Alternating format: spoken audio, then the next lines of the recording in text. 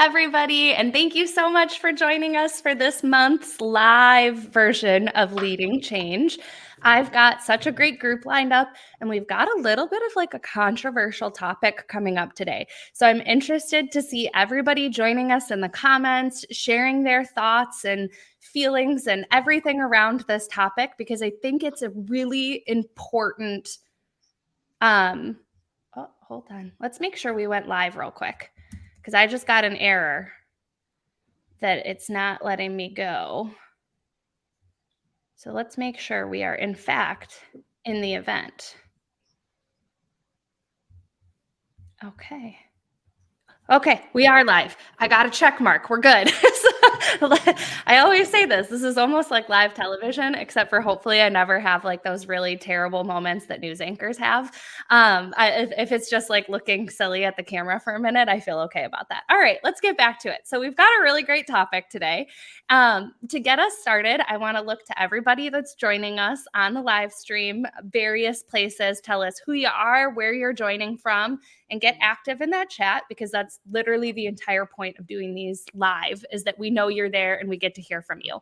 But to get us started, we're going to go around the room and do some introductions with everybody that I've got lined up to join us today. So Roosevelt, I'm going to come to you first. Can you share who you are and where you come from with everybody? Sure, Emma. Thank you for inviting me to do this, and I appreciate the opportunity. I'm Roosevelt Mosley. I'm a principal with Pinnacle Actuarial Resources. I also serve for at least the next couple of weeks still as the president of the Casualty Actuarial Society. And as the name of the company may indicate, I come at this really from an actuarial perspective. I've been in the industry now for about 30 years, and I've had the opportunity to see the journey of the use of credit within the industry over that time period. And so I can certainly provide some insight on how that journey has progressed and where we are today. But happy to be here and looking forward to the conversation. Great. Thank you. I see a couple of comments coming in. So Randall is here with us, joining from Chicago. We've got Dallas. Keep telling us who you are and where you're coming from. Shannon, I'm going to come to you next, but I also want to stop for 1 second and point out and thank Pinpoint for sponsoring the event today and bringing forward the conversation that we're about to have, focused on kind of the good, the bad, and the ugly, and everything in between with credit, and kind of spurring such an important discussion. But Shannon, can you share a little bit about yourself and Pinpoint?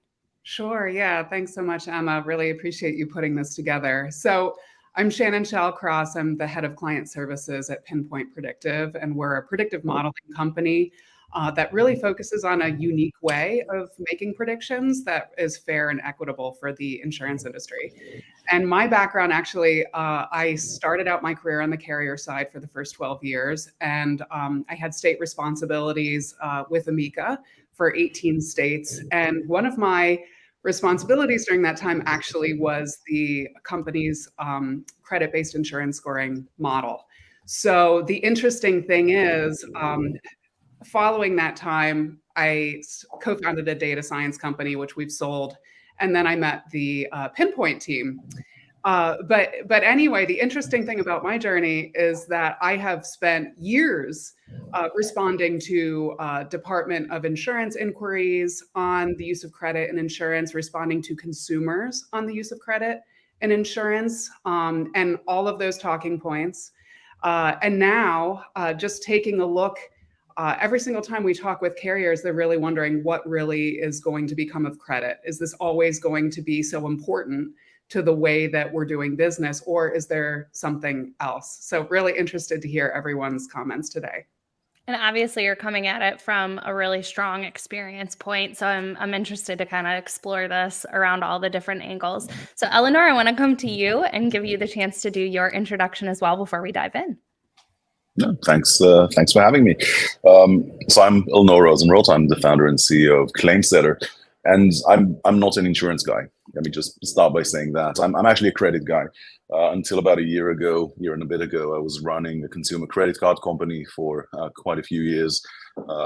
So essentially, my expertise comes around credit, around consumer credit, and various others.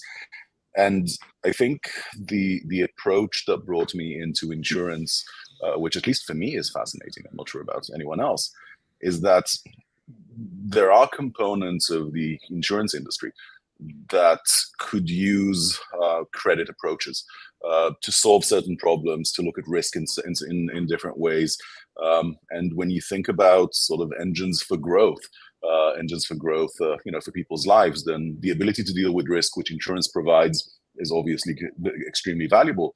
But also the ability to finance today based on optimism about tomorrow is extremely relevant for everyone in the industry, or to assess people's optimism for today based on our forecasting of what they'd be able to do tomorrow is really interesting. So that's what brings me to this discussion. Great. Well, I want to get started with, and anybody that watches my weekly interviews or these conversations live, I always like to start with kind of like a level setting question, just to make sure that everybody who's joining us is kind of operating from the same point. So Roosevelt, I want to come to you and kind of like, for lack of a better term, get a bit of a history lesson and kind of talk through why this is a little bit of a controversial topic and kind of some of the nuances associated with using credit specifically within the rating area. Sure. And I can certainly provide at least a little bit of historical perspective on how the use of credit is developed and why it's been controversial for some time, and why some of that controversy is bubbling back up now. I just to fill in a little more background that's sort of relevant to the use of credit. I worked for traditional insurance companies for about the first 6 years of my career. And then I joined this consulting firm back in late '99. And about the mid to late '90s is when the use of credit began to pop up a little more prominently in the industry. And companies that were realizing how valuable this could be for predicting risk. But if you know anything about rating historically, the rating plans used to be pretty wide open. In other words, I, as an actuary, could pull up a rate filing from another company and see pretty accurately how they were rating their risks. When companies started to see how valuable credit was, they wanted to sort of keep that that bit of competitive advantage away from their competitors, so that the competitors maybe didn't see it, or didn't see it as clearly. And so there were some different things done in terms of how it was used to affect rates. Some of it was included in underwriting. Some of it was used in some different ways to affect a rate, but it wasn't maybe done quite as transparently as companies tried to maintain that competitive advantage. And so the use of credit almost snuck up on regulators and consumers because of the fact that companies were trying to maintain this competitive advantage. And so straight out of the gate, there was this idea that the insurance companies were maybe doing something that was maybe not above board, or was a little behind the cloak. And so it really sort of got off on a bad foot. But as it began to progress, and things started to be done a little more openly, it became pretty apparent pretty quickly that credit was from a risk segmentation perspective, one of the probably more important variables that was going to become part of the rating of personal lines insurance. And so many companies began the process of adopting it. And as you trace that over time, the sophistication became a bit more granular as well. So today, a lot of companies are using it to affect pricing. There are some companies that use it for some underwriting things, but I'd say predominantly it's used more in the pricing side. There are some companies that don't use it and are pretty vocal about the fact that they aren't using it, but those are the minority, I believe. Also, there are a few states that don't allow the use of credit, and so California, Hawaii, Massachusetts. So you will find some states that actually don't allow it, and companies that right there can't use it. But for the most part, in other states where it's allowed, most companies have decided to use it, because if you don't, you essentially end up in a pretty anti-select. You experience the impact of anti-selection, where the risk of if you're not reflecting the use of credit, other companies are, you end up with business that maybe isn't at the best end of that scale.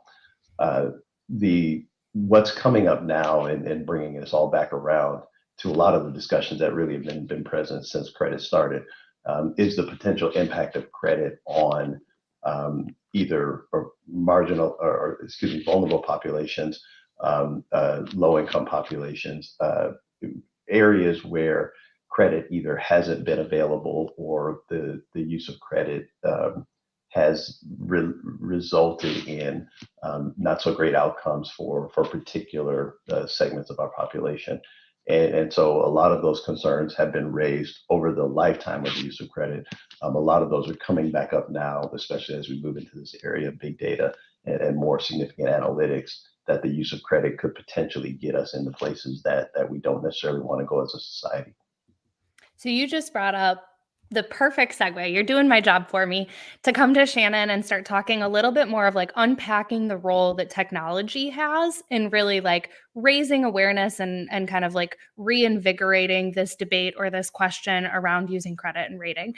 So Shannon, can you share a little bit with us about from like your perspective and those conversations that you're having with carriers that you mentioned? That like how technology is impacting this and potentially leading us in another direction.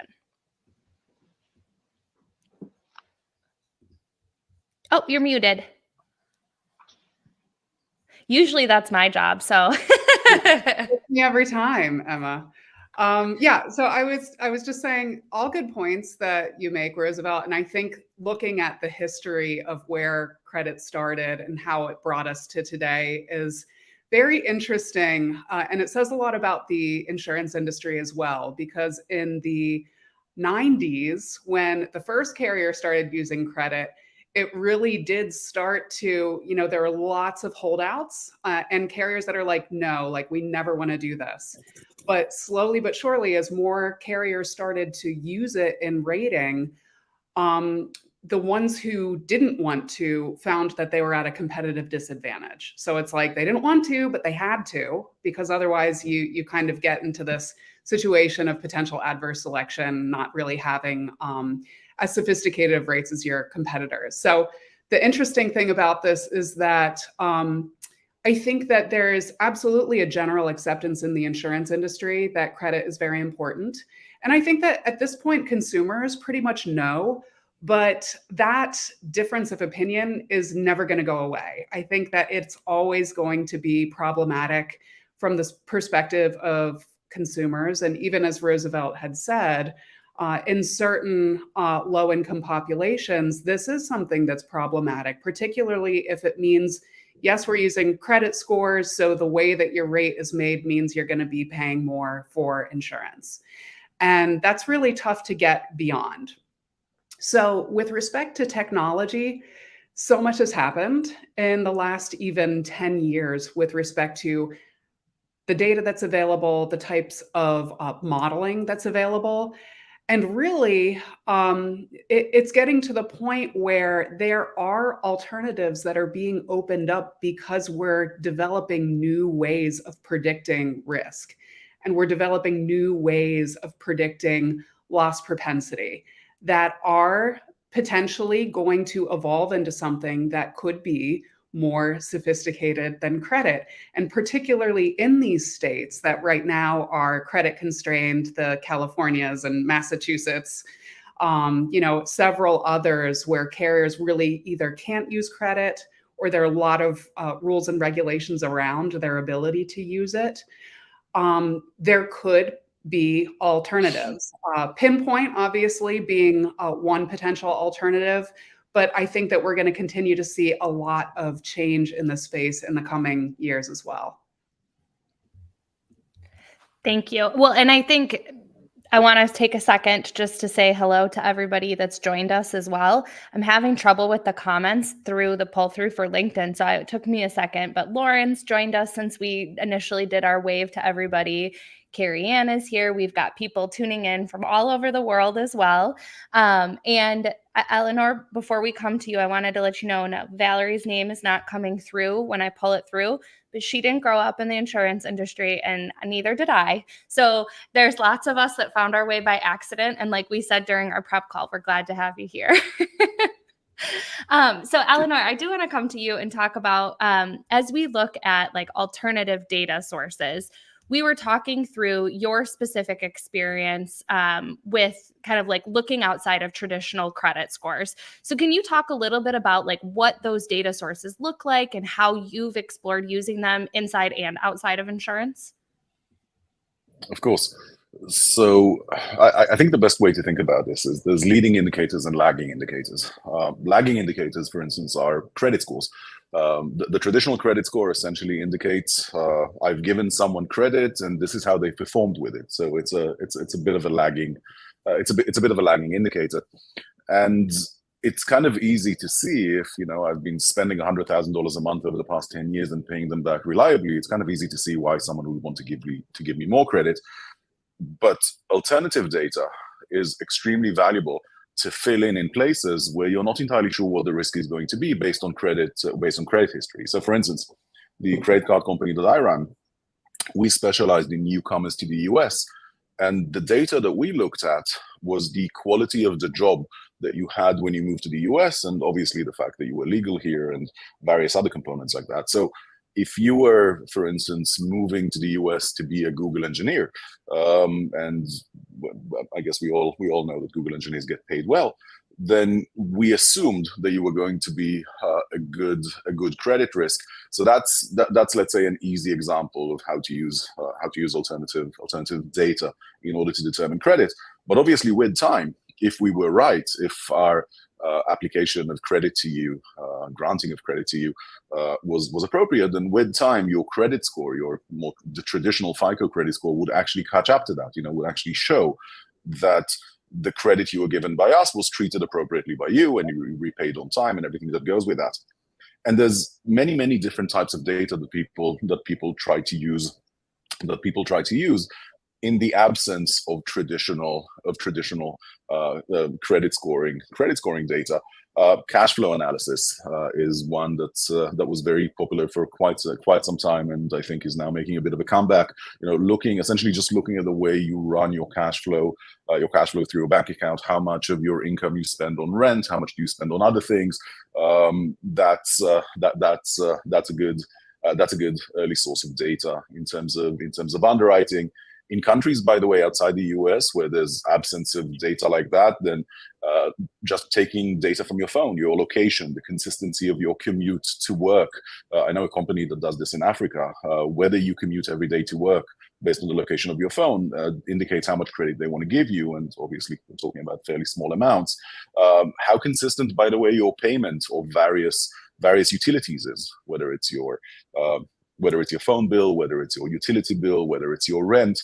There's quite a lot of that.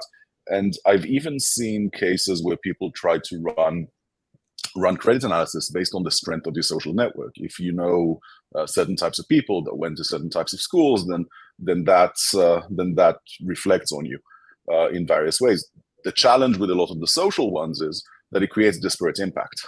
So when you try to analyze afterwards whether or not you should be relying on that data, the regulator really doesn't like the fact that it sort of self-reinforces giving credit or giving good credit ratings to certain groups. So many different types of alternative data can be used. Which ones of them are effective? That's a whole different conversation. So Shannon, I want to come back to you then and talk through, now that we have kind of this like idea of what some of those alternative data sources might look like, and talk through what Pinpoint's approach looks like for really diving into analyzing an individual rather than swaths of people. So can you talk through that approach and kind of what that looks like in practice? Sure. Yeah. So Pinpoint takes a completely different approach to predicting insurance losses.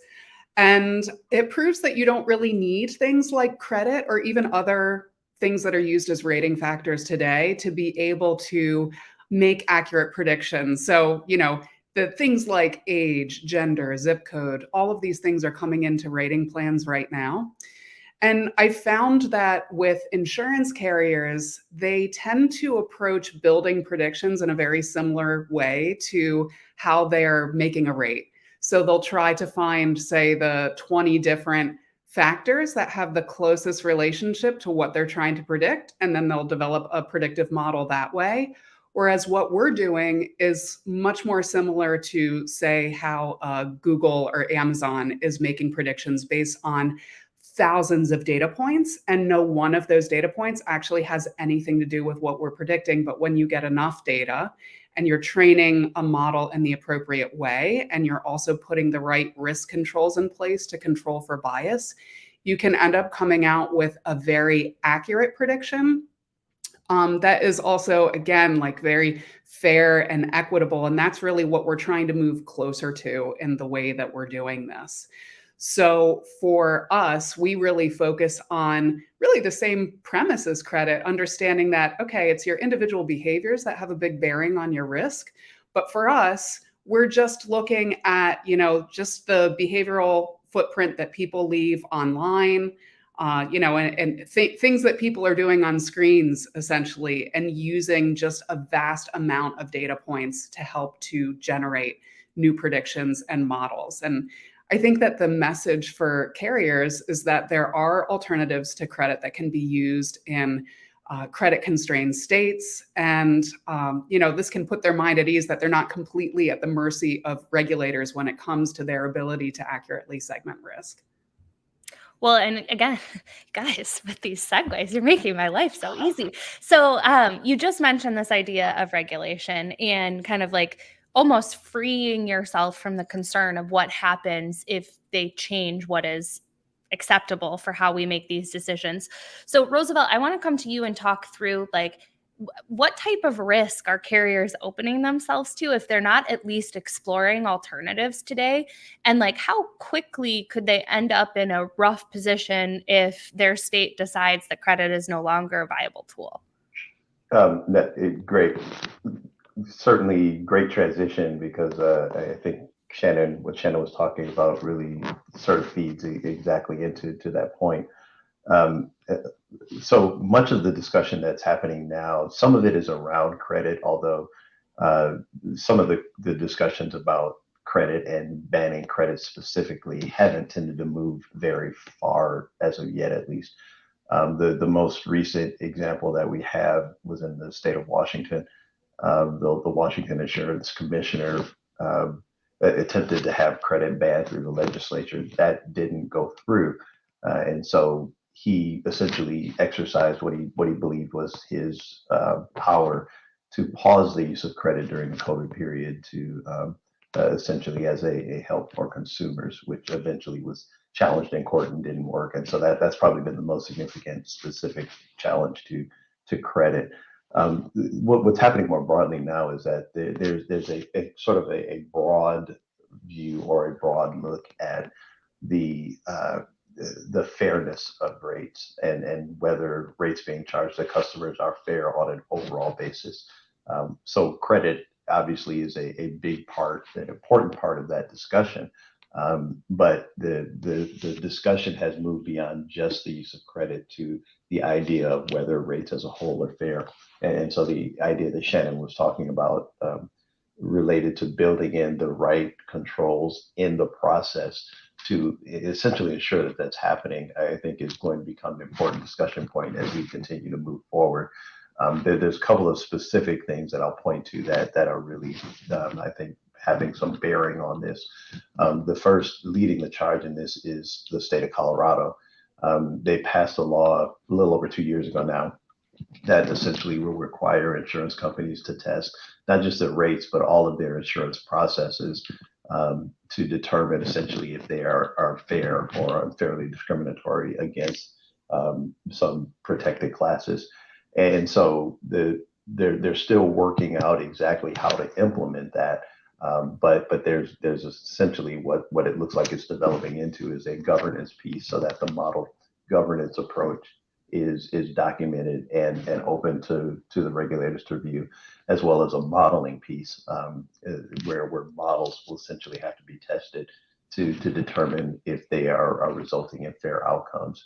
The other overarching thing that's beginning to move is the NAIC, the National Association of Insurance Commissioners, has released essentially a model governance draft guideline that has some similar elements of governance and testing as to what Colorado has. And so even if you don't do business in Colorado, what's happening at the NAIC could potentially have some impact on you as a company in other states, depending on how fast that actually it moves through the process and is or isn't adopted. And the last thing I'll point out is that the NAIC also has had in place essentially some guidelines for their states to use as they review models and how they're being developed. And so those guidelines are around the data that's being used and being able to explain that, explaining the modeling process, and ultimately being able to explain the reasonability of outcomes. And so I think all of that is coming together to create this. Maybe it's going to be different than the way that we've looked at models and evaluated them in the past.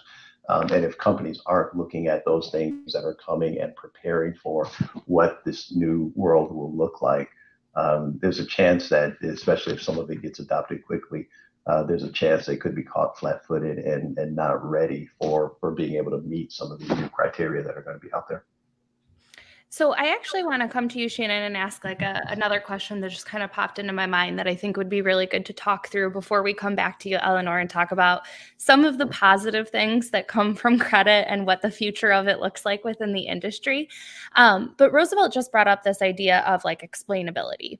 And, I would love, and this is my educator heart wanting to bring this up. I'd love for you to talk a little bit, Shannon, about what explainability within AI looks like, because whether it pertains to this conversation right now, tied to credit, or just carriers adopting AI technology more moving forward, I think this is a really important part of the larger equation. So can you talk through a little bit about that, and maybe what your experience at Pinpoint has looked like to be able to move through that audit and prove that you can explain how your model works? Yeah, absolutely. It's a very difficult subject because when you get into AI-powered modeling, particularly with unconstrained models, you do lose a little bit of explainability just because you're working on top of so much data and you're dealing with very powerful algorithms, and it just is a lot more complicated than taking a look at, again, back to the 20 rating factors that's making up a rate. It gets a lot more complex.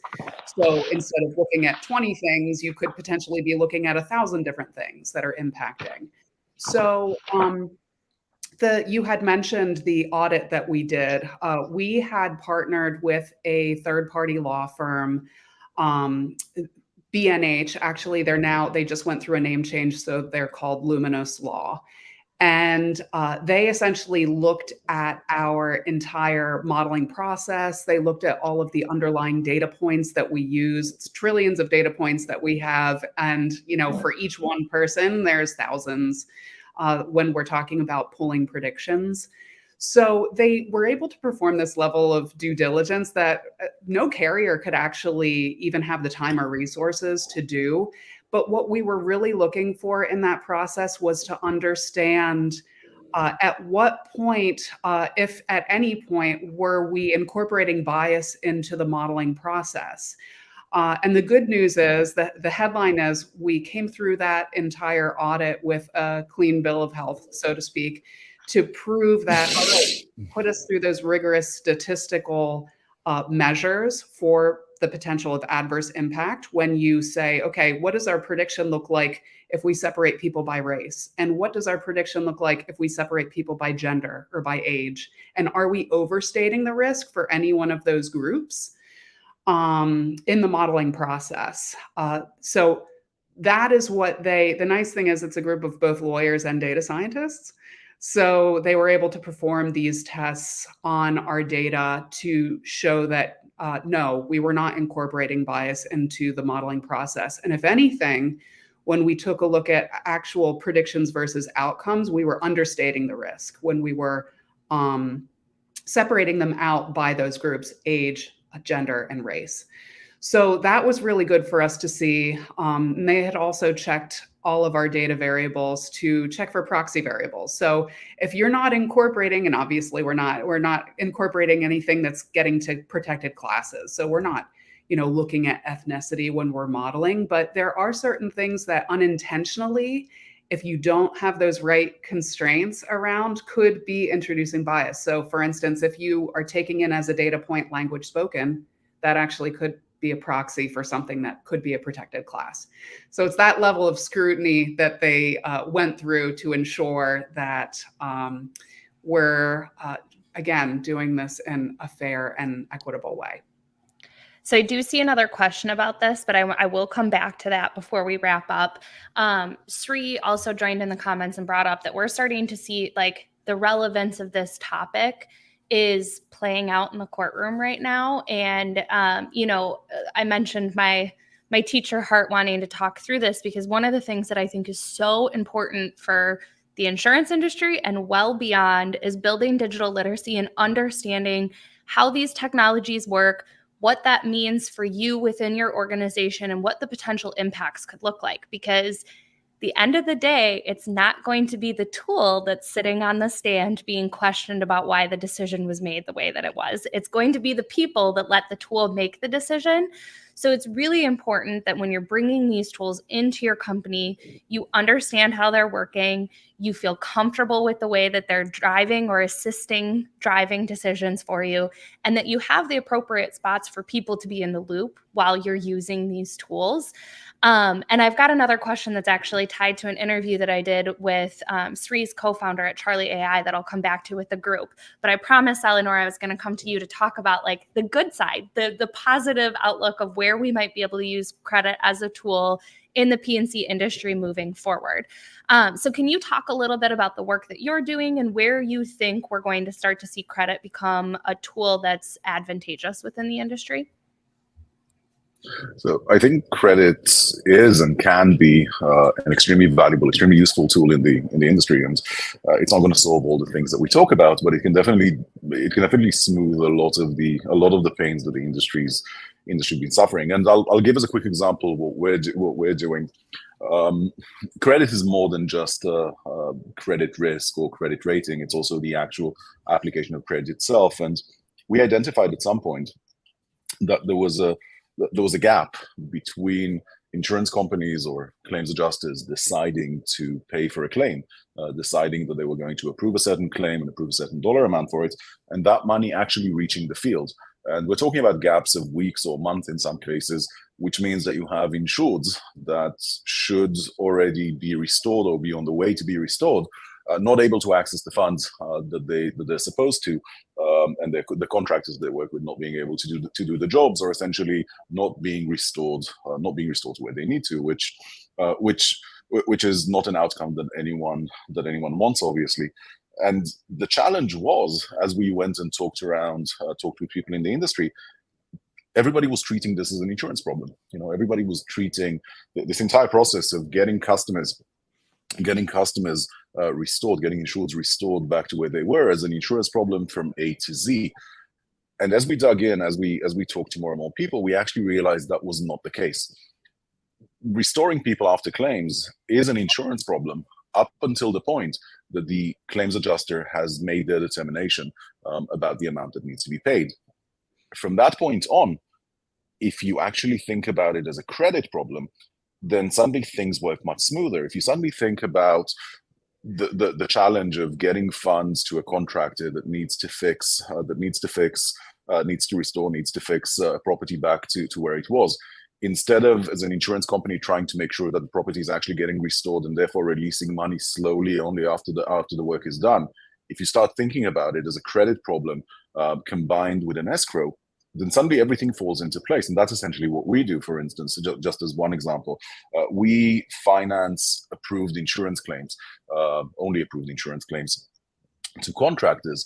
and allow them to help their customers, help the insureds get restored 4x or 6x faster in some cases than without our services. And essentially all we're doing is underwriting credit, if you will, of the insurance company, of the carrier, the strength of the claim, which is relatively straightforward, right? Because it's an insurance company, it's got a public rating, and if the claim has been approved, then you have a document from the adjuster. And I'm overly simplifying, obviously, but if you have if you have an approval from an adjuster, then you should, on the credit side at least, you're satisfied, and we take that and essentially apply it towards fixing the property, and suddenly everybody's happy, and it keeps the cost of the claim lower. It shortens the duration to recovery, and all of this just because one of our team members had this crazy idea that, hold on, maybe this is not an insurance problem, maybe this is a credit problem.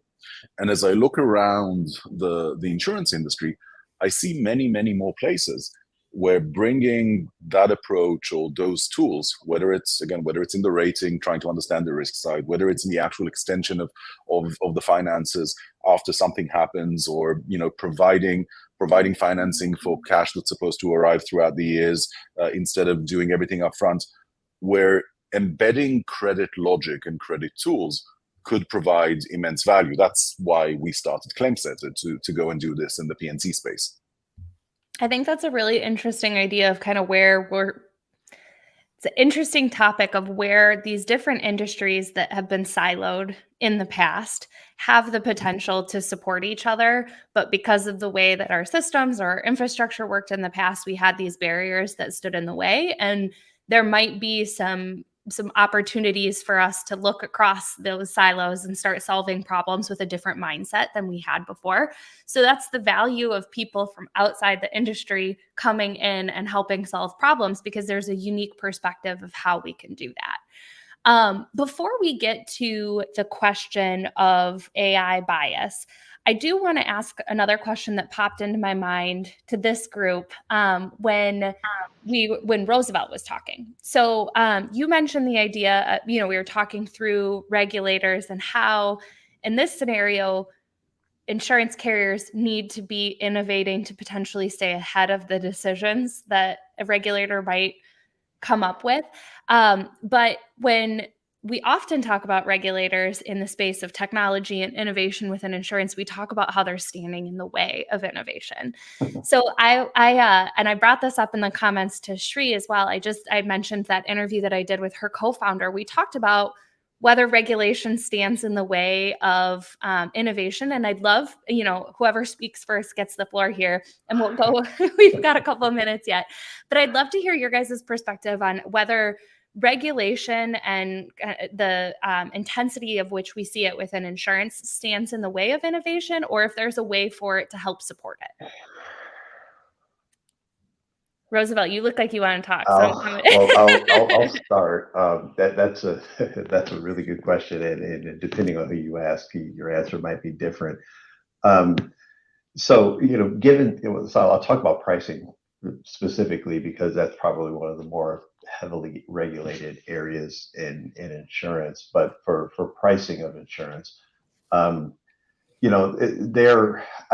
wouldn't say that regulation in and of itself gets in the way of innovation. It does create some additional steps that the company must go through to innovate, if that makes sense. And so the idea that in many states you've got to actually file your rates and justify them to a regulator and receive approval means that there are going to be some steps that the company has to take to be able to explain what they're doing and explain it to the level that the regulator can understand and be comfortable with. And so there are some times when that explanation is hard, as Shannon was describing. And because that explanation is hard, that difficulty of the explanation may create a situation where some things that a company wants to do to innovate, they can't. It may happen further down or upstream, where the company just says, all right, even though I know I want to apply this more sophisticated approach, I'm just not even going to go down that path because I know it's going to be really hard to justify it to a regulator. So I ultimately I believe that these hurdles can be overcome and the innovation can happen. It just requires a little more work on the part of the insurance company from the pricing perspective. It's maybe not so much on from other perspectives, if you're building models in the claim space or underwriting or other areas, because you don't have the same kind of regulations that require approval of those kinds of models. I think that's a perfect way of thinking through it, and especially with kind of the state of the market. I'm going to make a plug for Curtis, and I'll tag him in the comments too, but he just made his InsurTech wrap leading up to ITC next week. If you guys haven't watched it, I'll put a link of it in the comment, but he talked about regulators regulating and specifically the difficulty in pricing that causes, and a nice fun way to talk through that. And I promised I would come back to this question before we parted ways today. But it's talking about, and Shannon, this might be something where I come to you, but again, open to everybody. How do we ensure that AI bias isn't causing issues after? Like, what does that review process and kind of check-in look like to make sure that we're not perpetuating bias when we're using these models? This is a really good question. It's an important one. And because this is a field that is developing so quickly, I think that it's really important, particularly for any regulators, but also just the experts who are in the field of predictive modeling and actuarial science, that they really understand the ramifications of these decisions. A big part of this has to do with the data that you're using, the underlying data. This whole idea of proxy variables sounds like a very small thing, but it's actually a very big thing. There are so many times when unintentionally, an insurtech or any type of company might be using certain underlying data variables that they don't think of it this way, and they did not intend for this to happen, but it ends up becoming a proxy variable for something that could get them in trouble. And this is why when we're talking with carriers every day, we are always recommending that, hey, if you're using AI-powered solutions, particularly in the area of making predictions and building predictions and risk scores, you really do want to make sure that for due diligence purposes, you're partnering with the partner who has been audited by a third party, because a lot of times this stuff can just slip in, even with technology and very talented teams that are putting lots of reins around this. You really do need to have a third party looking under the hood and making sure that, yes, we knew we were doing all these things, but there are statistical tests that can be done just to prove, yes, we actually are okay. We're not using those underlying variables that are adding bias, and our modeling process is not adding bias and unintentionally impacting people in a way that we wouldn't want. So for Pinpoint, it was a very eye-opening exercise to go through that. We learned a lot just in terms of how we should even think about the decisions that we make differently. And I'd recommend, any carrier to make sure that it's a way that you're vetting potential vendors to work with. So we have come to our 45-minute close. I want to thank the three of you for joining us, everybody who stayed on and engaged in the comments and shared feedback with us. And, I've resounding, every single one of you while you were speaking had a comment coming in with like, yes, I love it. So you guys are hitting the mark in terms of thoughts of and the insights that you're sharing within the industry. I also want to thank Pinpoint again for sponsoring the episode and the conversation and bringing forward, to me, something that we should be discussing. And that's kind of the thought process behind these live episodes of Leading Change, is taking a different perspective and talking about the industry maybe a little bit different than we do in a panel discussion at a conference when everything is programmed out the way that it is. So for anybody that's joining, or the three of you as well, if you've got topics that you think I should be exploring or people that you would love to see on the screen during one of these conversations, certainly send me a message or comment with that. A number of my conversations have been inspired by people in the community reaching out and telling me that that's what they're interested in. So I love to have that because I know that we're talking about topics that matter. Final plug for everybody. If you will be in Vegas next week, I think all 4 of us will be there. So make sure that you say hello. If you see us walking around on the showroom floor, make sure that you stop by. Elanor, do you guys have a booth at ITC? No, this time around. This is, again, first time in insurance, first time ITC, just walking around getting a sense. For me, Elanor, and Roosevelt, I think I saw you raise your hand. Do you have a booth or? Okay. Yes. So for me and Elanor, keep an eye out for our physical bodies walking around, and then make sure that you stop by the booth for Pinnacle as well as Pinpoint and say hello and keep the conversation going. We've got some more questions that are coming through in the comments. We'll try our best to come back and respond to those. But thank you again, everybody, for joining us, and have a wonderful day. Excellent. Thank you, Emma. Thank you, Emma.